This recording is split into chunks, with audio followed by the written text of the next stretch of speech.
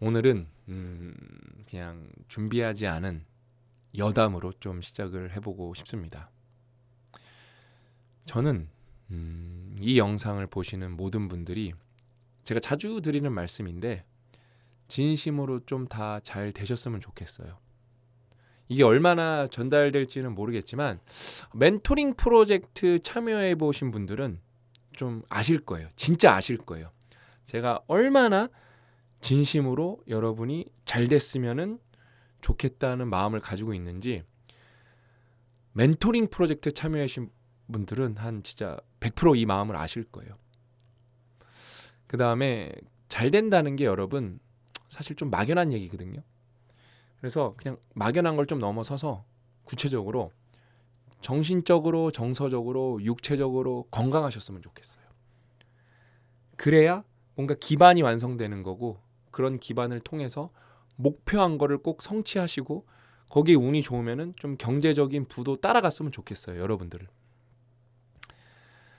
그 다음에 거기서 멈추는 게 아니라 리더가 되셨으면 좋겠어요. 이게 진짜 제 꿈이에요. 대한민국은 제가 대한민국에 대해서 굉장히 고민을 많이 하고 연구도 많이 해보거든요. 데이터도 많이 보고. 대한민국은 많은 걸 갖고 있는 나라인데 상대적으로 대한민국에 가장 부족한 게 뭡니까? 저는 이거를 대답하라고 하면은 두 글자 리더라 그럴 것 같아요. 다 있는데 리더가 없으니까 효율이 떨어져요.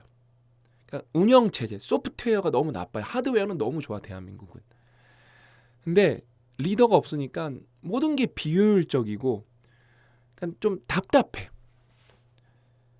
그래서 사실 우리가 마음 먹는다고 반도체 산업을 단기간에 일으켜 세울 수 있는 것도 아니고 조선업을 일으켜 세울 수 있는 것도 아니고 뭐 정유화학 산업을 일으켜 세울 수 있는 것도 아니거든요. 그거는 우리가 열심히 했기 때문에 갖고 있는 어떤 우리의 인프라인데 리더는 마음 먹고 훈련하면은 금방 생각보다 우리가 육성할 수 있습니다. 그 다음에 개개인이 내가 진짜 훌륭한 리더가 되겠다 그런 마음을 먹죠. 그러면은 그 마지막 단에서 우리는 여러분 뭘 경험하게 되는지 아세요? 훌륭한 대통령, 훌륭한 CEO, 훌륭한 회장을 만나게 됩니다. 근데 개개인이 나는 리더 같은 거 안 했으면 좋겠어. 총대는 누가 나 대신 매줬으면 좋겠어. 이런 마음을 갖고 있죠.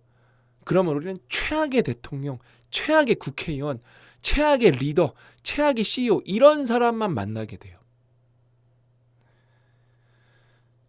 그래서 이게 절대 쉬운 일이 아니죠.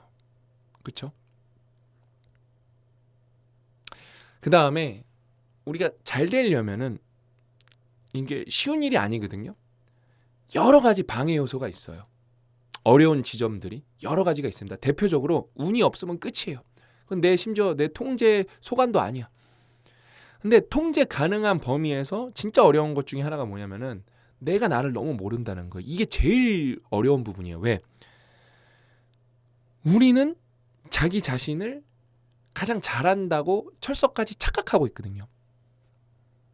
모르기만 하면 다행인데 제일 문제가 뭔지 아세요? 잘못 알고 있는 거예요. 그러니까 모르기만 하면은 갭이 이 정도밖에 차이가 안 나서 요만큼만 괴로우면 되는데 실제 나는 여기고 모르면 되는데 이렇게 잘못 알고 있어. 그래서 갭이 이렇게 커져요. 그래서 지옥을 맛보는 거죠. 그래서 내가 누군지만 이렇게 조금씩 더 깨달아 가도 삶은 무조건 좋아지거든요. 그래서 나를 알아가는 여러 가지 방법이 있을 거예요. 많은 사람들을 만나보고 뭐 다양한 일을 경험을 해보고. 근데 가장 안티프레질하게 하단은 막혀있고 상단은 여는 행위죠. 가장 안티프레질하게 우리를 알아가는 행위는 여러분 독서고 좋은 책을 읽는 거예요. 그렇게 대표적으로 좋은 책이 마음의 기술입니다. 그 다음에 그게 있어요.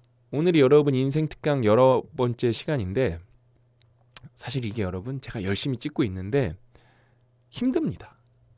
제가 만약에 전업 유튜버고 전업 북튜버면은 그래도 할만할 거예요. 그래도 쉽진 않아. 왜? 저처럼 이렇게 이 정도의 어떤 콘티를 짜서 이 정도의 양을 이 정도 수준의 이야기를 매일같이 하는 사람은 없습니다. 유튜브에. 제가 찾아봤거든요. 있으면 저도 들으려고. 저는 못 찾았어요. 인터뷰는 있을 수 있어요. 자기가 하는 게 아니고 인터뷰를 따는 거니까.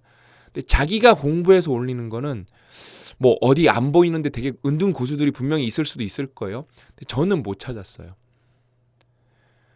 근데 그럼 저는 왜 이렇게 열심히 하냐? 저는 여러분들과의 약속을 무엇보다도 중요시 생각합니다. 그래서 맨날 이거 하겠습니다 하면은 진짜 여태까지 뭐 제가 모르게 못 지킨 거가 있을 수도 있기 때문에 저는 99% 지켰어요. 앞으로도 그럴 거고요. 왜 약속을 지켰냐? 여러분이 잘 됐으면 좋겠어요. 그게 좀 약속을 지키는 걸 통해서 그게 전달됐으면 좋겠어요. 진심으로. 그래서 오늘 좀 여담이 길었습니다. 그렇죠? 그래도 또 즐겁게 본론으로 들어가 보면은 심리학자가 알려주는 결국 해내는 사람의 8가지 특징. 오늘 내용도 여러분 진짜 너무 좋습니다. 그다음에 부제가 인생에서 처음으로 추천한 책이에요. 어떤 얘기냐? 좋은 댓글들이 계속 많이 달리고 있어요. 이제 제가 있는 단톡방에서도 좋은 글들이 올라오고 있고.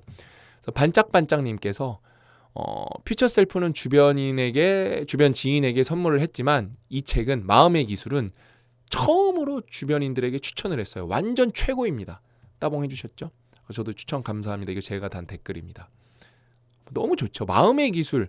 그러니까 뭐 마음의 기술이나 퓨처 셀프는 주변 사람들한테 추천하면은 그냥 주변 사람들한테 선물하거나 추천하면은 너무 좋은 책이죠. 왜냐면 즉각적으로 효과가 있을 거니까.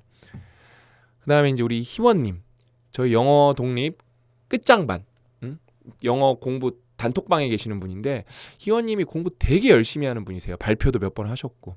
제가 알기로 원래 영어 선생님이었는데 간호사로 전업한 걸로 알고 있는데 다른 책과 같이 읽는 중인데 정말 최고의 책 같아요. 제 마음도 이젠 스스로 돌볼 수 있겠다는 자신감이 생기는 것 같아요. 저자가 전해주는 대로 계속 훈련해서 습관을 만들어 보려고요. 아주 완벽한 말입니다. 정말 좋은 책 출간해 주셔서 감사합니다. 따봉따봉따봉. 저도 감사합니다. 거기다 이제 희원님은 간호사가 되셨기 때문에 제가 알기로 간호사 된 걸로 알고 있거든요. 아무튼 그렇게 사람을 돌보는 일을 하시기 때문에 이런 또 어떤 소프트 스킬을 장착하면은 그거는 본인한테도 좋지만 환자한테도 너무 좋죠. 진짜 윈윈이죠. 윈윈. 너무 좋습니다. 진짜 너무 좋아요. 여러분 마음의 기술은 진짜 꼭 읽어보셔야 돼요. 그냥 서점에서 읽으셔도 돼요. 여러분의 의지가 중요합니다. 의지. 왜냐면은 이 책은 이제 베스트셀러가 됐기 때문에 서점에 많이 배치가 돼 있어요. 그래서 서점 각 잡고 뭐 금요일 저녁 토요일 일요일 이렇게 가서 읽으시면은 다 읽을 수 있으신 책입니다. 진짜로 여러분 뇌과학 책을 예를 들어 유명한 분들이 뇌과학 책을 썼어요. 이분 뇌과학 책 좋아 보이는데 읽어보면은 진짜 제가 장담하는데 2번 중에 1번 어려워서 못 읽어요. 저한테도 어려워요. 왜? 용어 자체가 어려워요. 그다음에 뇌과학의 속성상 책이 얇기가 쉽지가 않아요. 그래서 책 자체는 너무 좋지만 진입 장벽이 너무 높아서 저도 읽다가 포기한 뇌과학 책이 집에 몇 권이 있습니다. 근데 마음의 기술은 여러분 뇌과학과 심리학으로 취하는 마음의 기술인데 그냥 이 작가님들이 책을 너무 잘 썼어요. 뱅상트리브 선생님은 심리학자면서 실제로 병원에서 상담을 하시는 임상심리학자고 아넬렌 클레르 박사님은 정신과 의사이면서 신경과학자, 뇌과학자이면서 박사예요. 이분 스펙이 어마어마합니다. 그냥 공부에 약간 끝을 가보신 분, 공부의 끝을 가보신 분, 심리학을 석사로 마스터하셨고 그 다음에 뭐예요? 뉴로사이언스로 박사, 그러니까 뇌과학으로 박사학위를 받으셨고 그 다음에 6년 있다가 의사가 된 케이스예요. 와, 학부 때부터 공부하면 공부 20년 하신 거예요. 진짜 약간 공부에 미치신 분이에요. 그래서 진짜 그 공부법 관련 내용이 진짜 좋았거든요. 그러니까 본인이 공부를 좀 많이 하셔서 그런 것 같아요. 그래서 마음의 기술 여러분 꼭 읽어보셨으면 좋겠고 삼총사죠. 대국민 필독서 최근 시리즈. 제가 예전에 대국민 필독서 리스트는 정리해드렸죠. 고통의 비밀부터. 퓨처 셀프랑 제가 좀 정리해 드릴게요. 주변 지인분들한테 퓨처 셀프나 마음의 기술을 선물하면은 주변 지인분들이 되게 거의 다 좋아하실 거예요. 근데 예를 들어 강인함의힘도 되게 좋은 책이거든요. 근데 선물하면은 안 좋아하시는 분들이 있을 거예요. 왜? 읽기 난이도가 좀 있어요. 이 책은 이렇게 술술 읽히고 즉각적으로 적용 가능한 게 너무 많고 얇습니다, 책이. 강인함의힘도 적용할 게 너무 많은데 이건 진짜 끝까지 좀 열심히 읽어야 돼요. 대한민국 여러분 현실이 1.8권 책을 읽고 있기 때문에 여러분 주변에 10명 중에 7명은 단 한 권의 책도 읽지 않고 있는 거예요. 단 한 권의 책도. 그렇기 때문에 이게 우리나라 말로 쓰여 있어도 뇌가 그거를 이제 익숙하지 않기 때문에 읽을 수가 없습니다. 그래서 그런 분들한테 정말로 좋은 책이 퓨처셀프랑 마음의 기술이죠. 왜? 읽기 쉬우니까. 가독성이 높으니까.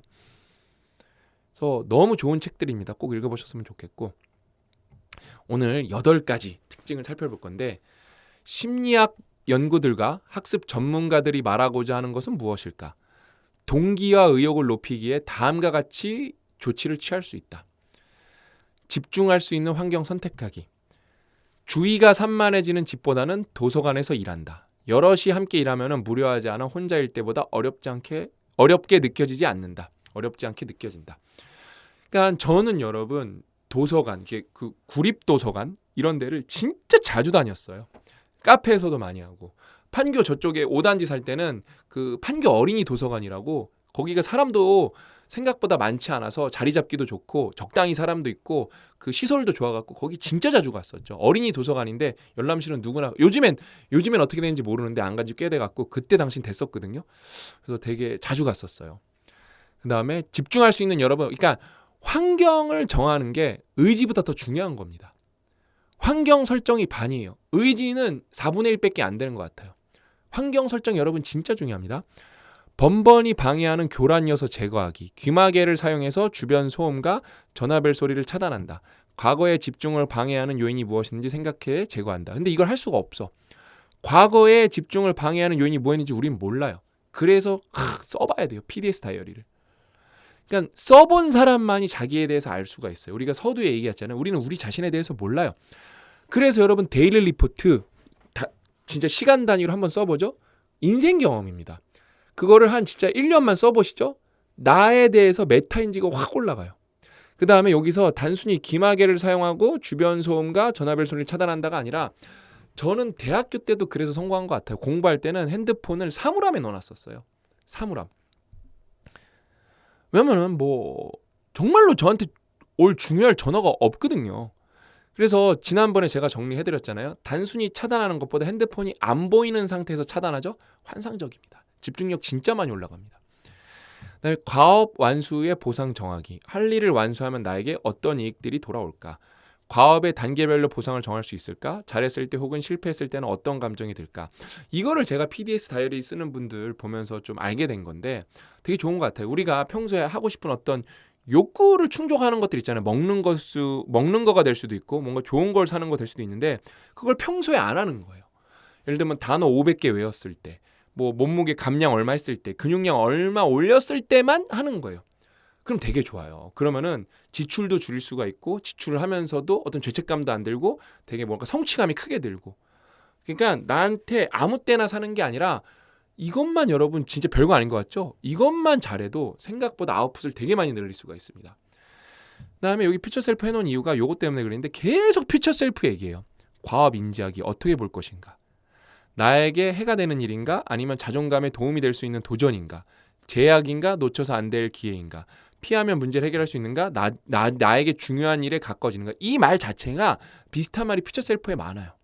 그럼 우리는 퓨처 셀프로 다시 재해석하면 어떻게 되죠? 이게 나의 퓨처 셀프에게 자산을 증식시키는 건가? 이자를 받게 할 건가? 아니면은 지금 근시안적으로는 굉장히 만족스럽고 좋은 일이지만 이게 퓨처 셀프한테 돈을 땡겨 쓰는 건가? 빚을 지게 하는 건가? 이거는 의사결정에서 가장 완벽한 기준 중에 하나입니다. 계속 여러분이 마음의 기술에는 계속 퓨처 셀프 얘기가 나와요. 강인함의 힘 얘기도 굉장히 자주 나오고, 여기도 보세요. 자존감에 도움이 될 수 있는 도전인가?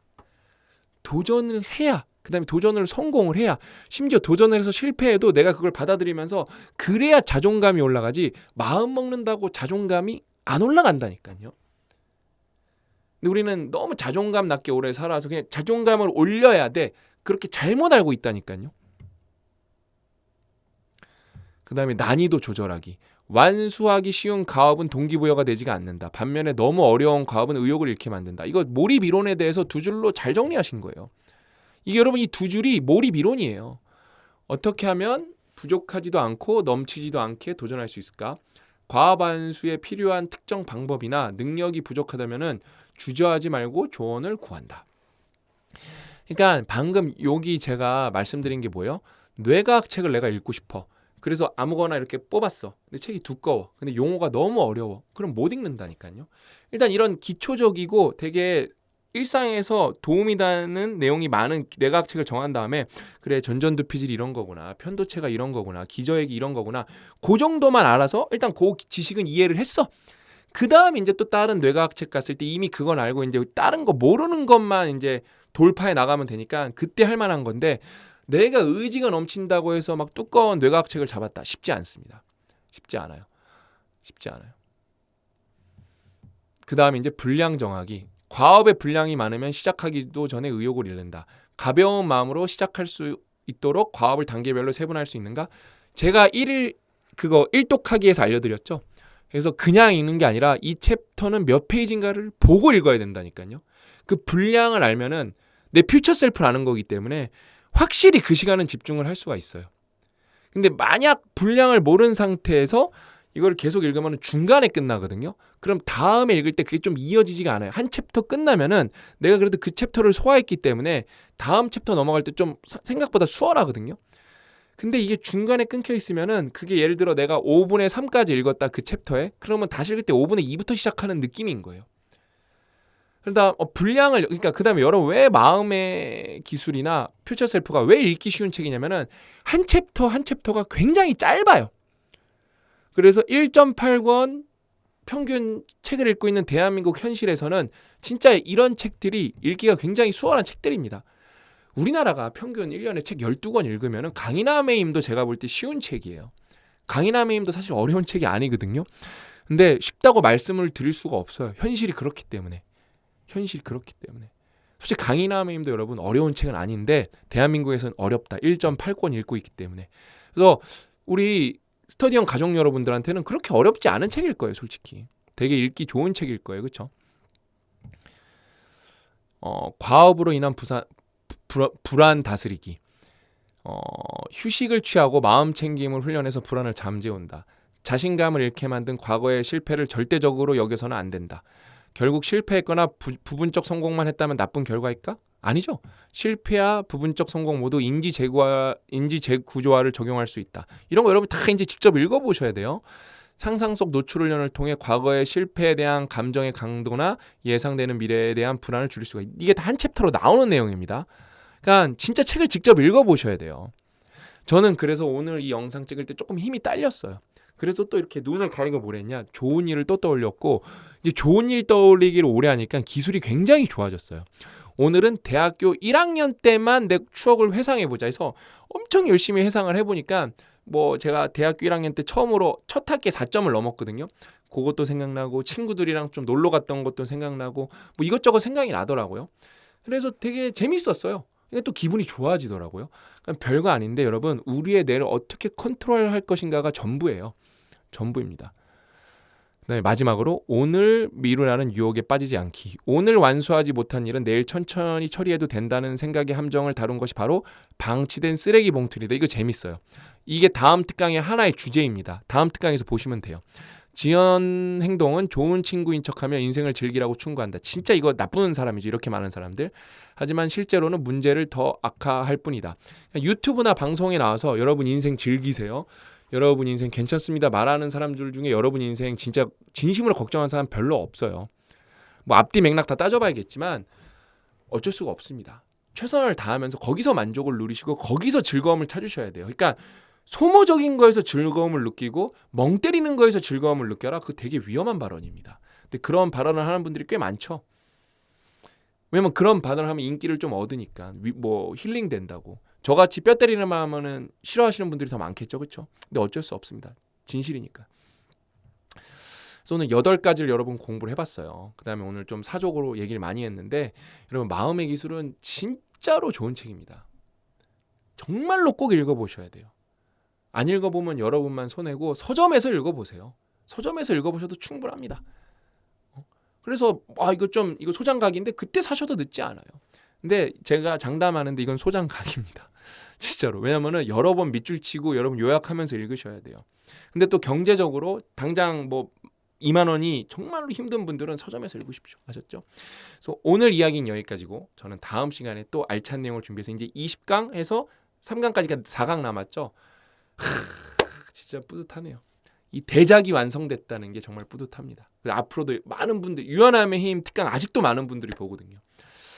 그래서 여러분들이 있었기 때문에 이게 나오는 거지 제가 동기가 없는데 그냥 허공에다 대고 마음의 기술 특강 23강을 찍는다 절대 불가능한 일입니다. 이 난이도가 높아서. 여러분을 사랑하는 마음이 정말로 저의 몸속에서 핵발전소 같은 동력이 되었다라는 거를 감사하다고 말씀드리면서 저는 오늘 여기서 물러가고 다음 시간에 또 알찬 내용을 찾아뵙도록 하겠습니다. 또 만나요.